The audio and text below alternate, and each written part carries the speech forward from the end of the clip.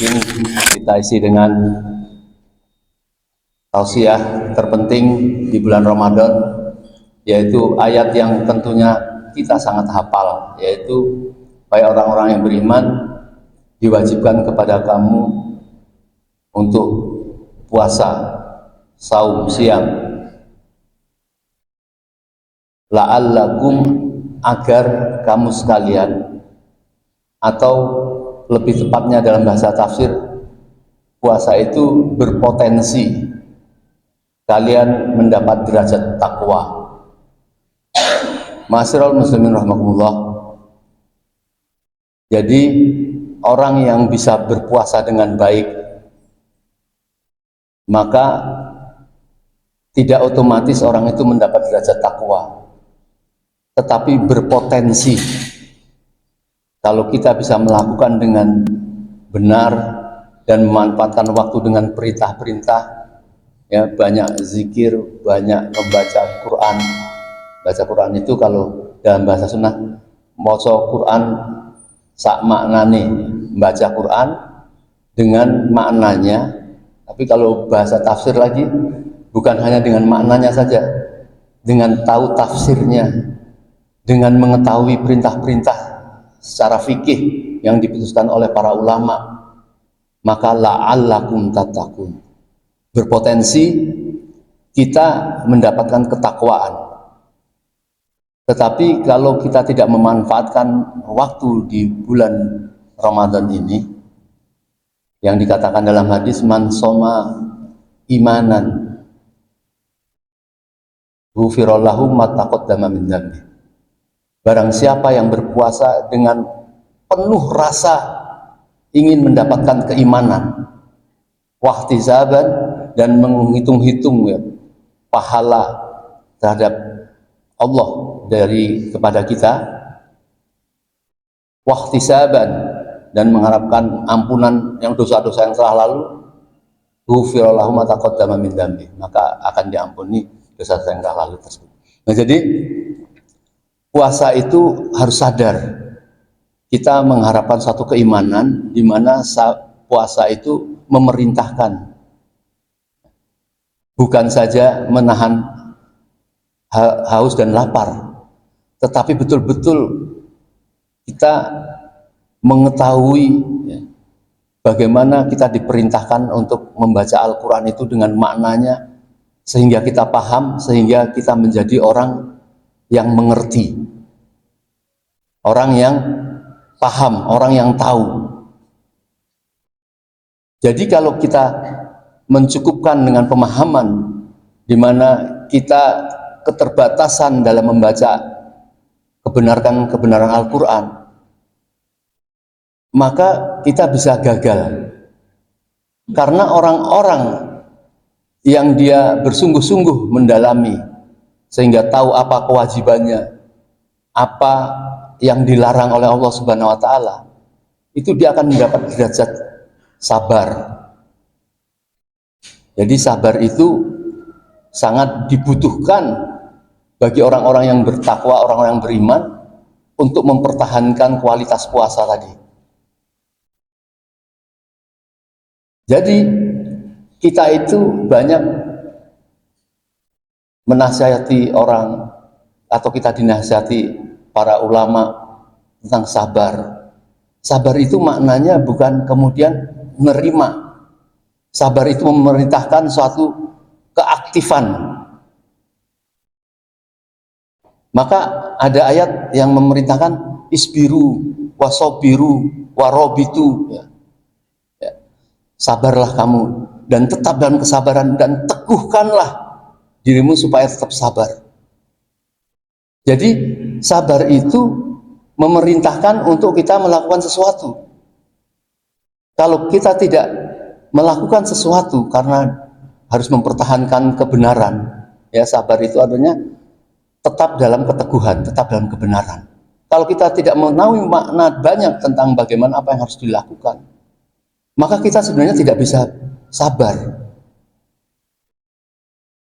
Jadi kalau kita tetap tidak pernah memperdalam Islam, memperdalam Quran dengan maknanya tadi, ya, maka kita tidak bisa dijuluki atau bisa melakukan suatu kesabaran. Jadi sabar itu memerintahkan berarti untuk supaya kita teguh diperlakukan dengan kejam dan keji. Sabar itu tentu bahkan sampai nanti akhir memerintahkan kita untuk melawan. Jadi bukan ya sudahlah, monggo misalnya. Ya tentu dengan cara-cara baik kita ingatkan, kita bersama-sama sahabat-sahabat untuk melakukan apa itu pencegahan terhadap orang-orang yang menzolimi. Maka itu tolonglah saudaramu itu baik yang zolim atau yang menzolimi.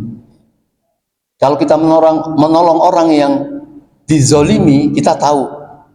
Tapi bagaimana menolong orang yang zolim? Yaitu mencegah kezolimannya. Kita harus mampu mencegah orang-orang yang berbuat jahat itu dengan kezolimannya. Dan itu berat. Mencegah perampok yang masuk ke rumah kita harus sabar, harus melawan. Nah, untuk melawan itu kan kita harus mempunyai kemampuan untuk melakukan perlawanan tadi. Kalau tidak, kita tidak bisa sabar. Kalau kita melihat istri kita diperkosa orang di depan mata kita, maka kita bersabar. Maka melawan walaupun kamu harus mendapatkan kecelakaan, itulah sabar. Nah, ma'asyiral muslimin rahimakumullah. Jadi kembali lagi, puasa itu banyak memerintahkan kita untuk melakukan sesuatu supaya kita mendapat derajat sabar tadi, sehingga kita berpotensi untuk mendapat suatu takwa. Maka kalau kita mau jujur mengukur derajat peningkatan ketakwaan atau keimanan kita dari puasa satu ke puasa yang lain, jangan-jangan hafalan Quran kita tidak tambah. Ketahui ya bahwa banyaknya atau beberapa ayat yang selalu bertambah itu akan menambah potensi kualitas sholat. Terutama dalam bulan Ramadan ini, kita diperintahkan untuk banyak sholat malam. Bagaimana kita akan meningkatkan derajat itu kalau kita sholat malam di rumah, ya, misalnya dengan 11 rakaat, dengan hafalan kita misalnya 3 atau 5 ayat, artinya kita sholat selalu itu lagi. Padahal kalau kita punya banyak hafalan, 20, 30, 60 ayat, kita ulang-ulang dalam sholat itu menjadi nikmat. Apalagi kita kemudian mendalami maknanya ayat-ayat yang kita hafal. Ini menjadi kelemahan bukan sebagian orang, kebanyakan orang memang kita harus sadari bagaimana kita cara meningkatkan itu. Maka kita tentu tidak boleh bermalas-malas untuk memanfaatkan waktu di dalam waktu sholat. Kita semua tahu bahwa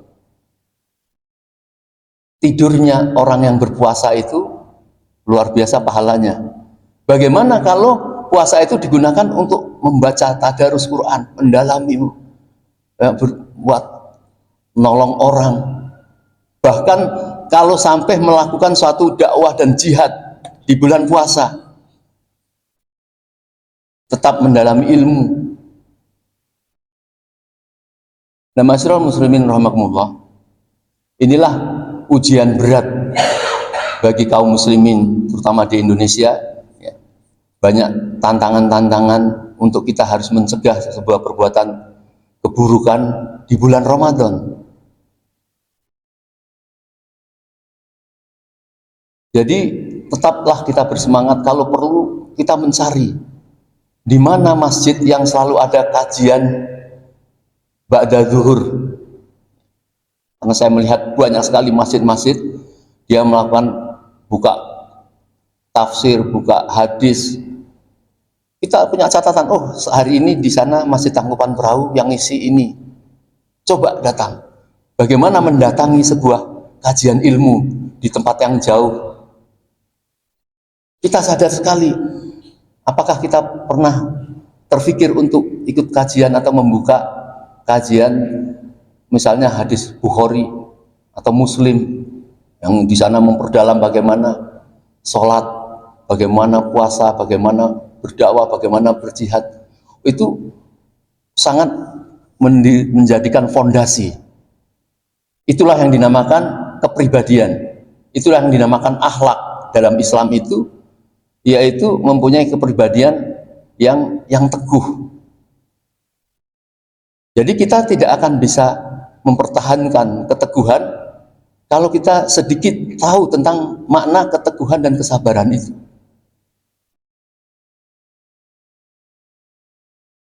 Ayat yang sangat kita hafal dikatakan, ya ayyuhalladzina amanu sta'inu bisobri wasollah innallaha ma'as sobirin.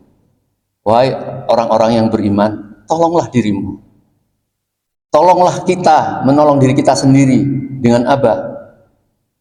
Sobri wasollah, sabar dan salat. Jadi orang yang bisa mempertahankan kebaikan sholatnya itu hanya orang yang sabar.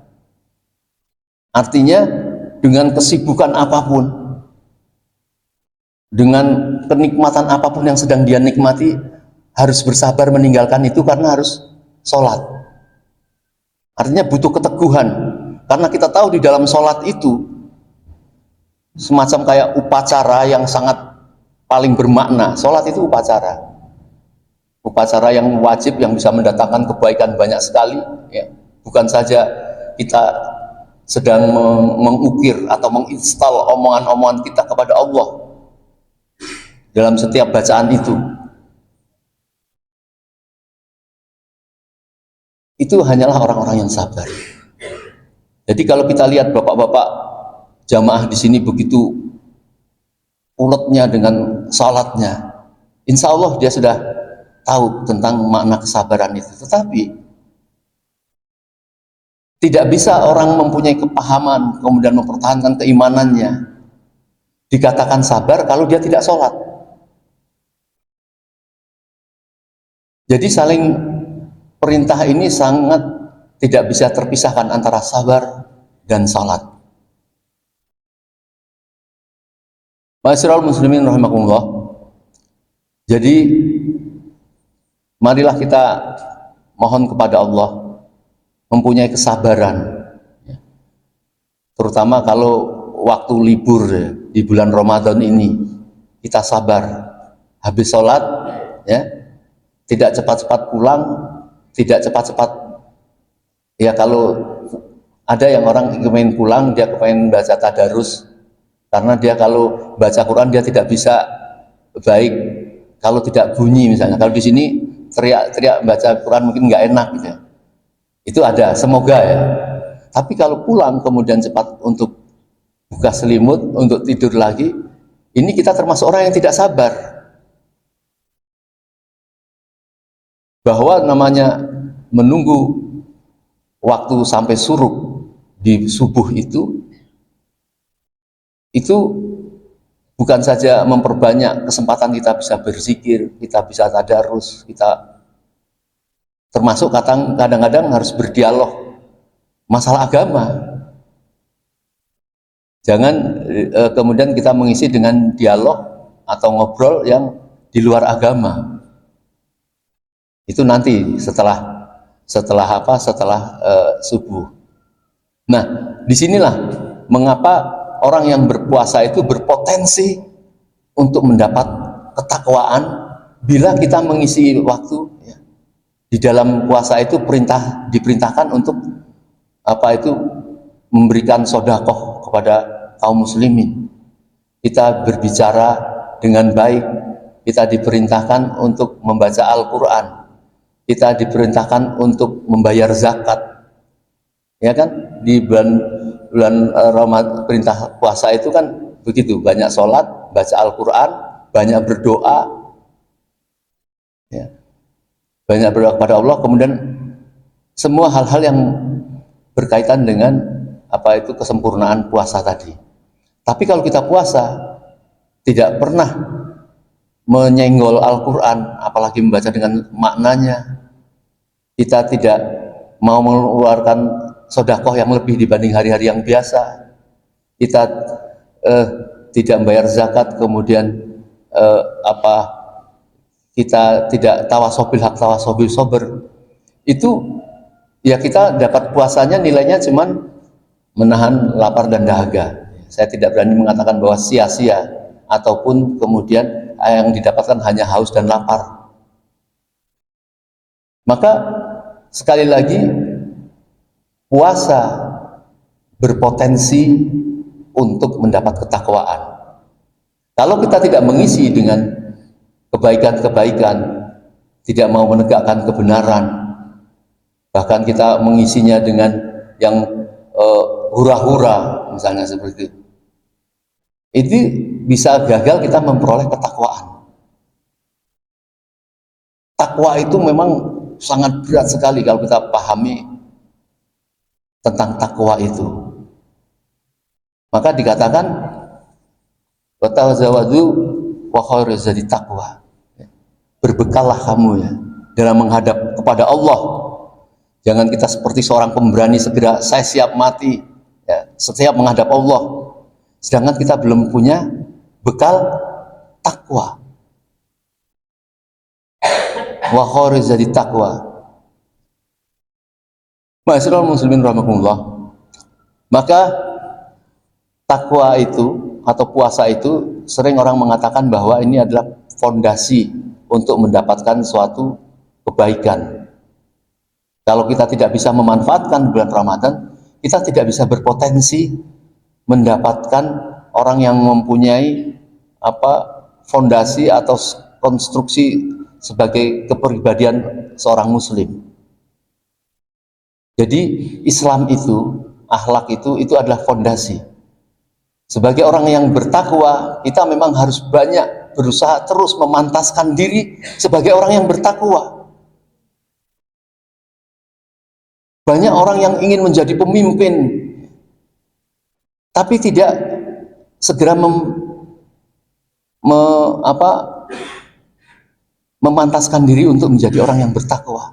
Mau jadi pemimpin, tidak pernah mengeluarkan kata-kata yang bermanfaat, malah mengajarkan orang berjoget-joget misalnya gitu. Ini sangat berat sekali. Orang dahulu aja kalau disuruh jadi kepemimpin itu berat sekali. Sampai Rasulullah harus memaksa Mu'adz bin Jabal dengan dia mengatakan dia tidak mampu. Bagaimana saya mau memimpin dengan apa? Kamu akan memimpin dengan pengetahuan yang engkau miliki. Jadi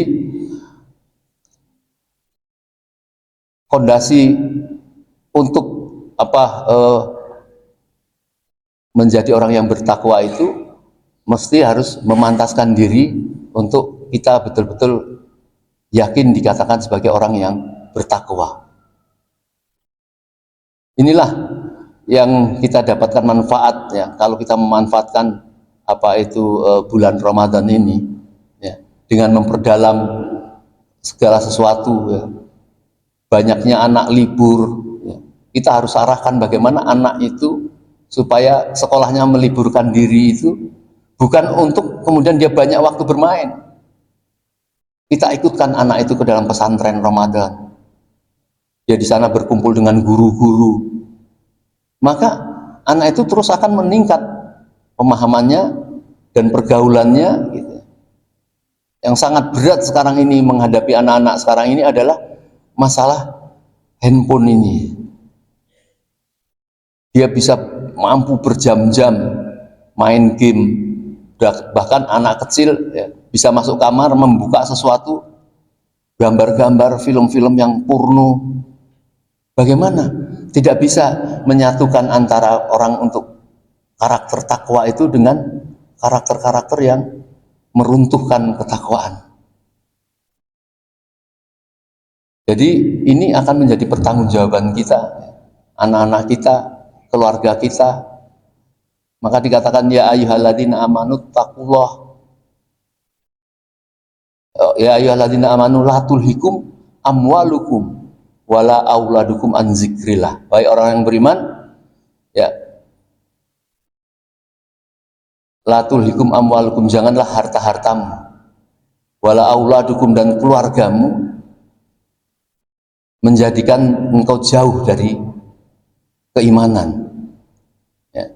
Karena kita sangat sayang kepada anak istri, kadang-kadang kita memenuhi apa yang dia inginkan, belanja banyak ke mall, kemudian menghabiskan waktu sampai kemudian lupa waktu sholat dan sebagainya, karena sayangnya kita. Maka Allah mengatakan, janganlah harta-hartamu, anak-anakmu menjadikan engkau tidak berzikir, mengingat Allah, berzikir, sholat itu berzikir, ya, mengingat Allah. Mencegah keinginan anak istri untuk berbuat yang menjauhkan dari ketakwaan itu adalah mengingat Allah. Katakan di dalam hadis, kalau tidak, ya, anak dan istrimu bisa menjadi musuhmu. Pada saat istri mendorong-dorong suaminya untuk melakukan ketidakbaikan, tidak sabar, cari kek dari mana uang. Kan kita nggak enak sama orang-orang yang pada punya mobil, punya kendaraan, kita bisa goyah karena permintaan itu. Maka mendidik anak dari awal bahwa ketakwaan itu menjadi fondasi, menyuruh istri untuk seperti itu, bahkan mereka bisa menjaga keimanan ketakwaan suaminya. Tergantung dari kita sebagai pemimpin dalam keluarga itu. Ma'asyiral muslimin rahimakumullah. Insya Allah kita tidak terlalu, kalau rata-rata yang hadir di sini, tidak terlalu banyak punya umur kita, ya, untuk menyelesaikan persoalan-persoalan, ya, untuk kita mempunyai fondasi ketakwaan itu. Kita bersyukur, ya, kita masih bisa menjangkau ke masjid, walaupun mungkin harus dengan sepeda motor. Tapi kalau rumah kita yang sudah agak jauh, menyebabkan kita sangat terlena untuk bisa melakukan, mendatangi sebuah tempat kajian, sebuah masjid, tempat ibadah, gitu. Itu sangat memang sangat di situ lihat berkahnya. Tetapi kalaupun orang jauh, dia tetap, ya, sebagaimana kalau saat kita umroh, kita dapat pondokan yang sangat jauh sekali, tapi kita tetap lakukan. Nah, maka kembali lagi kepada potensi untuk mendapatkan ketakwaan itu, marilah kita gunakan, karena kenikmatan itu baru dirasakan dengan menjaga ketakwaan ini, menjaga ibadah-ibadah itu.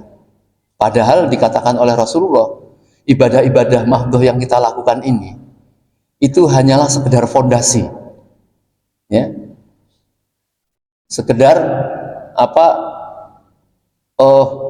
membangun konstruksi sebuah bangunan, dan di atas konstruksi tadi ada bangunan yang kita harus lakukan,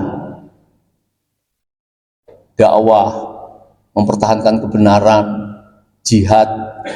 Itu sebenarnya bangunan-bangunan yang menjaga kita, dan kita kuat, tidak mudah diterpa angin karena fondasinya kuat. Fondasinya itu apa? Sholat, ya, syahadat, sholat, puasa, zakat, haji dan sebagainya. Itu hanya sebagai fondasi. Coba bagaimana memaknai kita, ya? Kalau kita menganggap bahwa Islam itu selesai dengan rukun Islam yang 5, dengan rukun iman yang 6, setelah haji maka kita merasa selesai. Sudahlah, saya sudah lakukan semua. Padahal haji itulah yang sudah kita lakukan, kita sudah bisa berkomunikasi dengan orang-orang Muslim seluruh dunia. Coba bayangkan kalau kita berhaji atau umroh, kita mengerti bahasa Inggris misalnya atau bahasa Arab, ya, kita tidak perlu bergerombol pada saat ke masjid, Masjidil Haram ataupun ke Mekah ataupun kemana, karena kita siap semua saudara gitu loh. Nah, orang Indonesia ini di sini bergerombol, di sana bergerombol, tidak punya berkomunikasi dengan kaum muslimin, sehingga memang tidak dapat tambahan-tambahan informasi. Maka sekali lagi, ilmu itu menyebabkan orang bisa sabar. Kalau orang-orang dia tidak memperbanyak pengetahuan, maka dia sabarnya itu ya alon-alon lakon. Banyak orang sekarang ini ikut kebagian yang dikatakan zaman edan. Kalau nggak ikut edan nggak keduman. Zaman edan nen ora edan ora keduman, kan itu. Maka kalau supaya kebagian kita harus ikut edan, ya. Penguasa kita ini nampaknya belum kelihatan ya ada rasa memiliki kesayangan kepada masyarakat. Bagaimana supaya dia terhindar, bagaimana bisa dia kaya, bagaimana dia bisa mempunyai berkemampuan. Paling enak itu jadi pejabat di Indonesia sebenarnya. Semua dimiliki. Kok kita bisa jadi orang miskin? Di atas kita berdiri ini, itu banyak, bukan hanya sekedar batu-batuan emas, perak dan lain sebagainya. Hutan, lautan. Jadi kalau penguasa itu betul-betul mengelola alam yang dimiliki ini, ya, dia sebagai orang yang bertakwa dan takut sekali menjadi pemimpin, nanti dimintain pertanggungjawaban pada Allah. Dia telah diberikan ya, menurut Undang-Undang Dasar UUD 45 yang itu katakanlah diprakarsai oleh para ulama yang menyatakan bahwa pemerintah penguasa itu diberikan kekuasaan untuk mengelola, untuk membahagiakan rakyatnya. Ini yang kita sangat bersedih. Indonesia ini lebih daripada negara-negara Timur Tengah yang sangat makmur, kaya dengan emas yang mereka dengan minyak yang mereka miliki. Sekarang banyak baru kita ketahui negara-negara lain tidak bisa mempunyai suatu kekayaan nikel misalnya, yang itu banyak dimiliki orang Indonesia. Sekarang sudah banyak dicuri.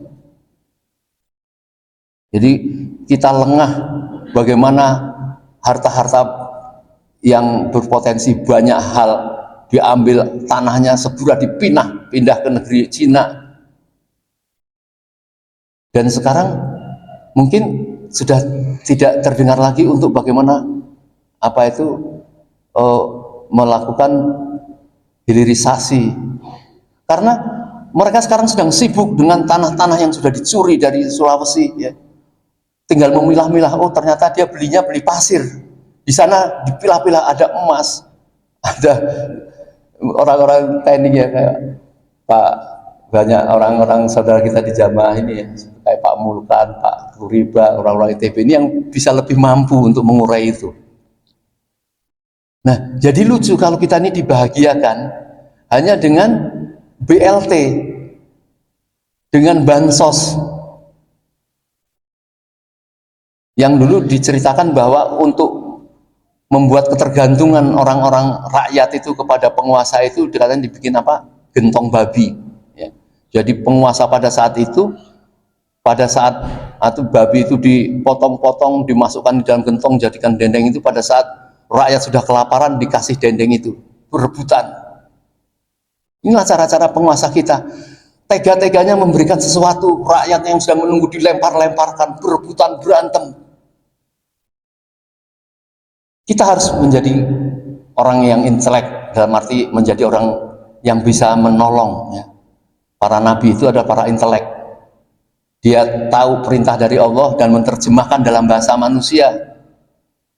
Kita juga harus bisa memahamkan pada orang-orang yang keterbatasan pengetahuan untuk bangkit, untuk tidak mau diperlakukan seperti itu. Artinya kejahatan itu sekarang ini bukan saja kepada orang-orang yang berbuat tidak baik, tapi orang-orang yang mendukung kepada ketidakbaikan itu menjadi bertanggung jawab.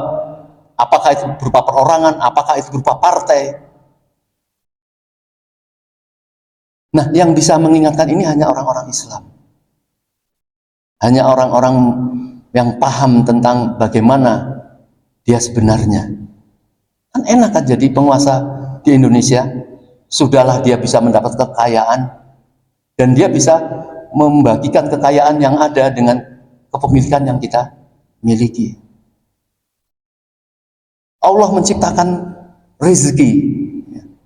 Itu sebenarnya ditujukan hanya kepada kaum muslimin, orang yang mukmin, orang bertakwa, diberikan pada Allah.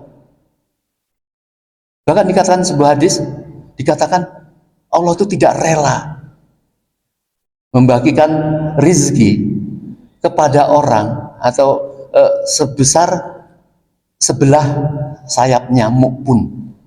Kita bisa mengukur berapa berat sayap nyamuk, tapi dikatakan Allah tidak rela memberikan rezeki itu kepada orang kafir, orang yang maksudnya menolak terhadap Islam, walau hanya sebesar sayap nyamuk, satu sayap nyamuk sebelah.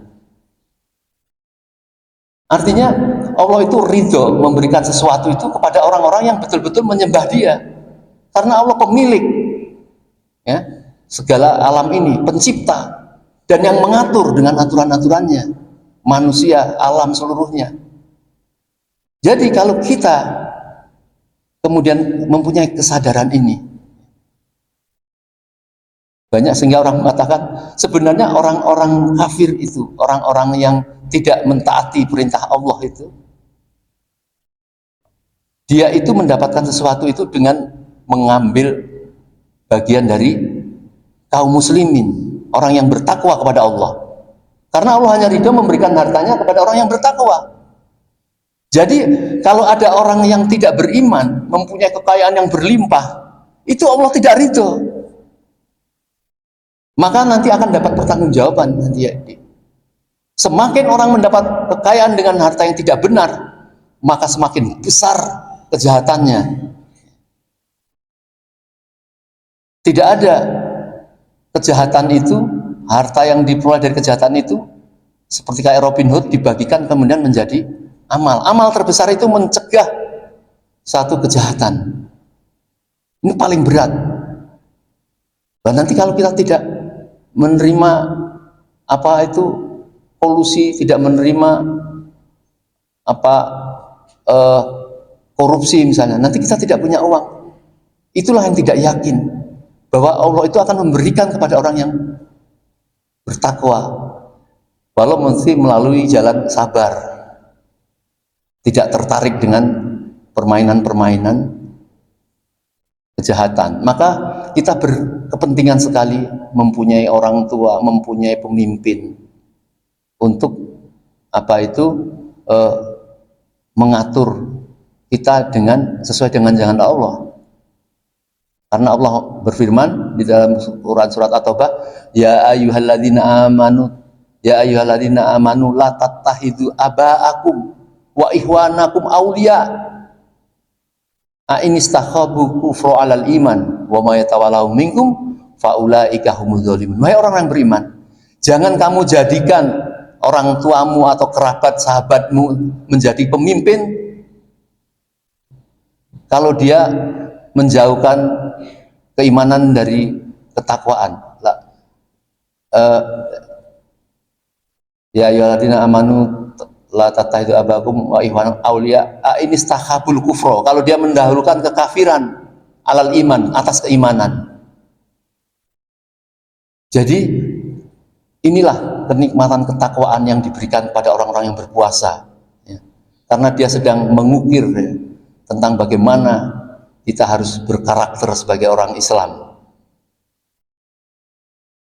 Dan itu sangat besar sekali maknanya. Maka marilah kita bersyukur kepada Allah Subhanahu wa taala bahwa melakukan sholat dengan baik itu adalah rezeki. Ya. Kita bisa berdoa, mempunyai waktu membaca Al-Quran itu adalah rezeki. Artinya kita ini mencari kekayaan, mencari uang. Kalau kita memperoleh sesuatu, kan kita ingin kemudian umroh, kemudian jalan kemana gitu ya. Kemudian kita ingin memberikan zakat, kita banyak memberi buku. Tetapi kalau kita belum ada kesempatan itu, tetapi kita bisa melaksanakan kebaikan-kebaikan itu adalah rezeki. Mari kita nikmati, kita manfaatkan waktu di bulan Ramadan, mumpung masih 10 hari pertama kita ini. Mencoba meluangkan waktu, melawan kemalasan, untuk sedikit memahami tentang bagaimana kita memantaskan diri sebagai orang-orang yang beriman kepada Allah Subhanahu wa taala. Semoga yang sedikit ini bisa menjadi tawasobil haq, tawasobil sabr. Apabila ada kesalahan kami mohon maaf. Billahi taufik wal hidayah. Assalamualaikum warahmatullahi wabarakatuh.